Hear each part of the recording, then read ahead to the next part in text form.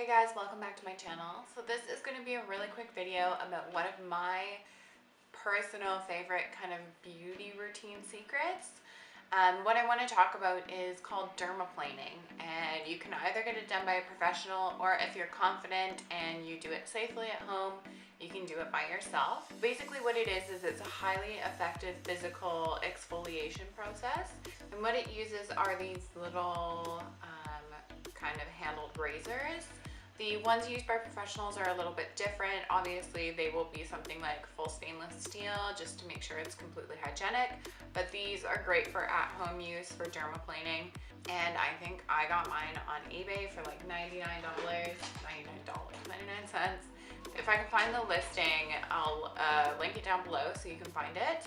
The whole idea, or the general idea behind this, is you use this kind of handled razor to basically more or less shave your face. And that sounds really strange, but it's basically the whole concept behind everything. Professionals, when they do it, they use a stainless steel surgical scalpel to help to basically shave the face. So what they're doing is removing the top layer of skin and also the vellus, or the peach fuzz hair.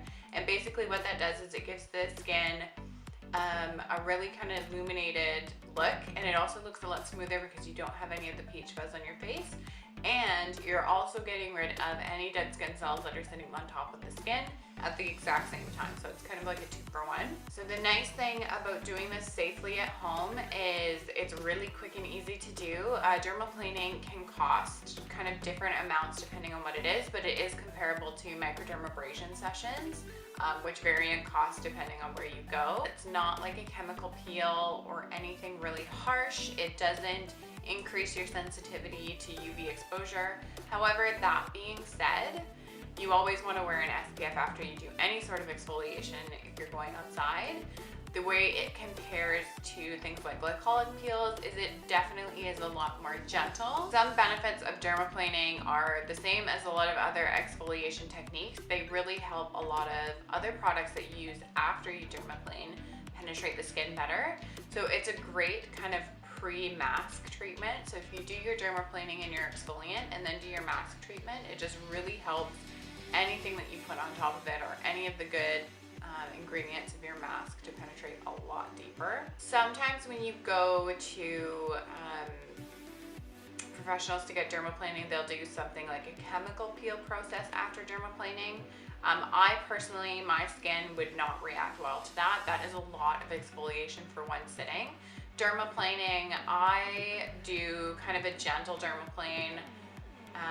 I do a really good dermaplane once a month, and then if I find that I have a little bit of peach fuzz growing back, or if I have some kind of rough spots in my skin, I would say maybe like once a week or once every 2 weeks, I'll just go back in and kind of target some spots that I feel like need a little bit more attention. But I would say once a month, or maybe twice a month, would be good depending on your skin.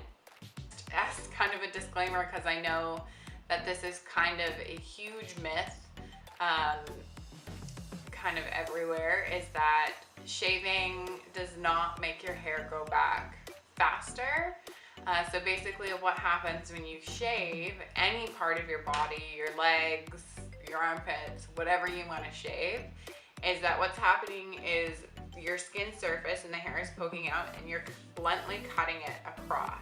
So you're not actually making it grow back more. Like when you get your hair cut and it's not layered and you get a blunt cut, it looks thicker, right? Like it's not actually, like, the best way, basically bottom line is shaving does not make your hair grow back faster or thicker. Like, I don't know in what world does any sort of science support that. Like, nothing, it doesn't make any sense. Anyway, moving on.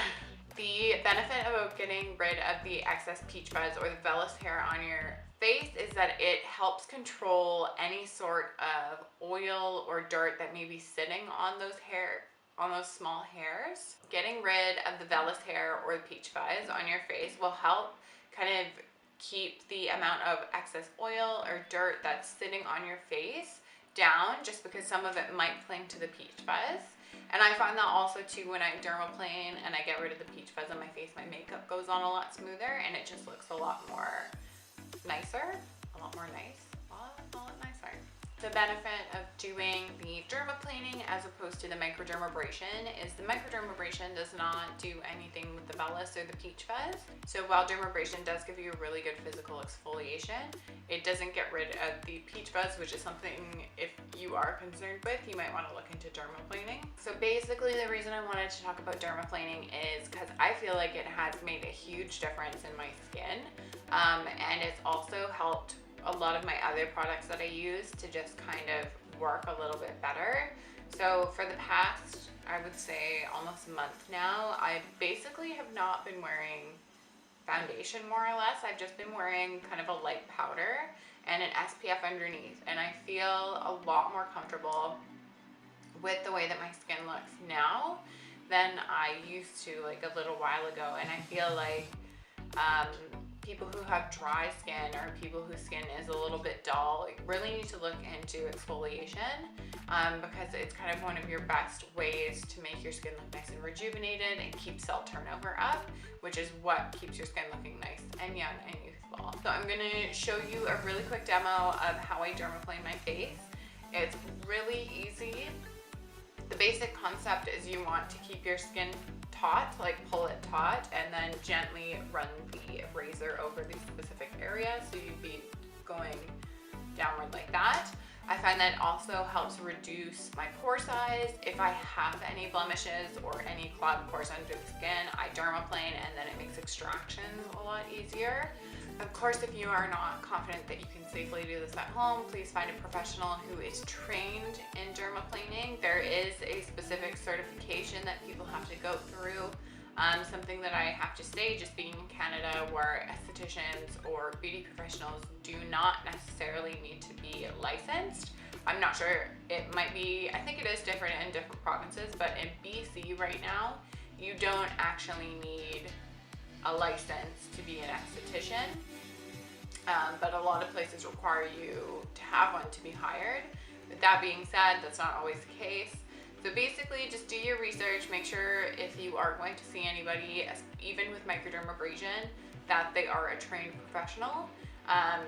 Something that I have to say is you might be the one paying the price if you're not using a trained professional. I have a broken blood vessel in the middle of my face. That is from somebody who was not fully trained in microdermabrasion. And also I have a little scar on my chin from somebody doing an extraction with a lancet who wasn't 100% trained. So just do your research, because you're basically putting, I don't know, you're putting your faith in these people and they might not necessarily be the best. Make sure you kind of ask questions, and yeah. And I hope you enjoyed this demo. It's really quick, just so you get a general idea. I believe also Carly Bible made a video about this. I think she kind of geared it more towards shaving her face. But it is a form of dermaplaning. So it's exfoliation and peach fuzz removal, just so it's super clear.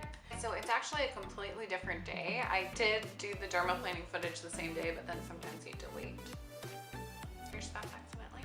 Anyway, so I'm just gonna do a really quick dermaplaning video while I'm waiting for my hair to dry. And just so you guys know kind of exactly what it looks like when you're actually doing it, because I feel like that's kind of the best place to start if you are interested in it. So I will just quickly show you so you make sure kind of you get the general idea before you kind of dive into it. So basically all I've done is cleansed my face, so my face is nice and clean. I don't have anything on it, anything like moisturizer or anything. So what I'm gonna do is the little razors come like this. They've got the little cap on the end. This is the one I've used before, and every time I go to use it again, I just take my rubbing alcohol, this is 70%, and just kind of sanitize it that way. It's not so much of a big deal since I'm only using it on myself.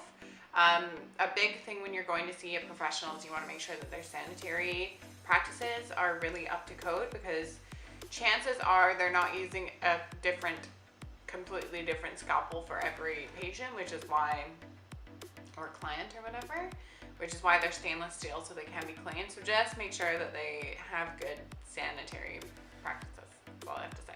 Basically, the general idea, you can do this all over your face. My favorite place to do it, where I see the most kind of results in exfoliation is around my chin and then around my nose, just because I find that's where the most dead skin cells sit on my face. So basically the general idea is you want to pull your skin kind of taut and then just rest the razor across the skin, and I like to do kind of gentle scraping motions.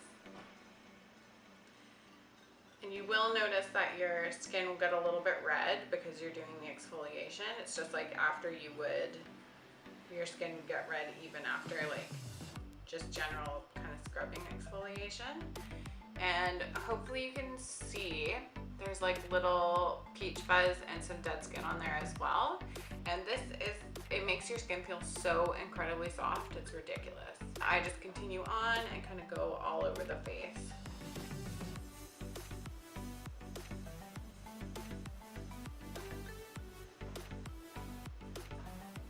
And when I get to around my brows, I just pull my brow taut and kind of turn the razor upside down and just go around the perimeter of my brows. And then going between the brows, just hold it taut. I'm just gonna go down.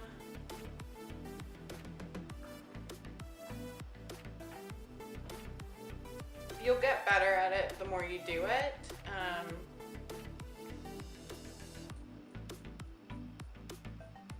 It's just like anything, right? Like you get used to it. Just a reminder, this should be your only exfoliation that day that you do it. You don't want to do too much exfoliation. If you exfoliate too much, your scalp, if you do too much exfoliation, it interrupts your natural cell turnover pattern. Hopefully you can see that. It's so satisfying. I love dermaplaning. And this is the, you couldn't really see it in the video, just because makeup. This is the blood vessel that was burst because of somebody who didn't know how to do microdermabrasion. I hope you guys are having a great day. Don't forget to subscribe to my channel, and I will see you in my next video.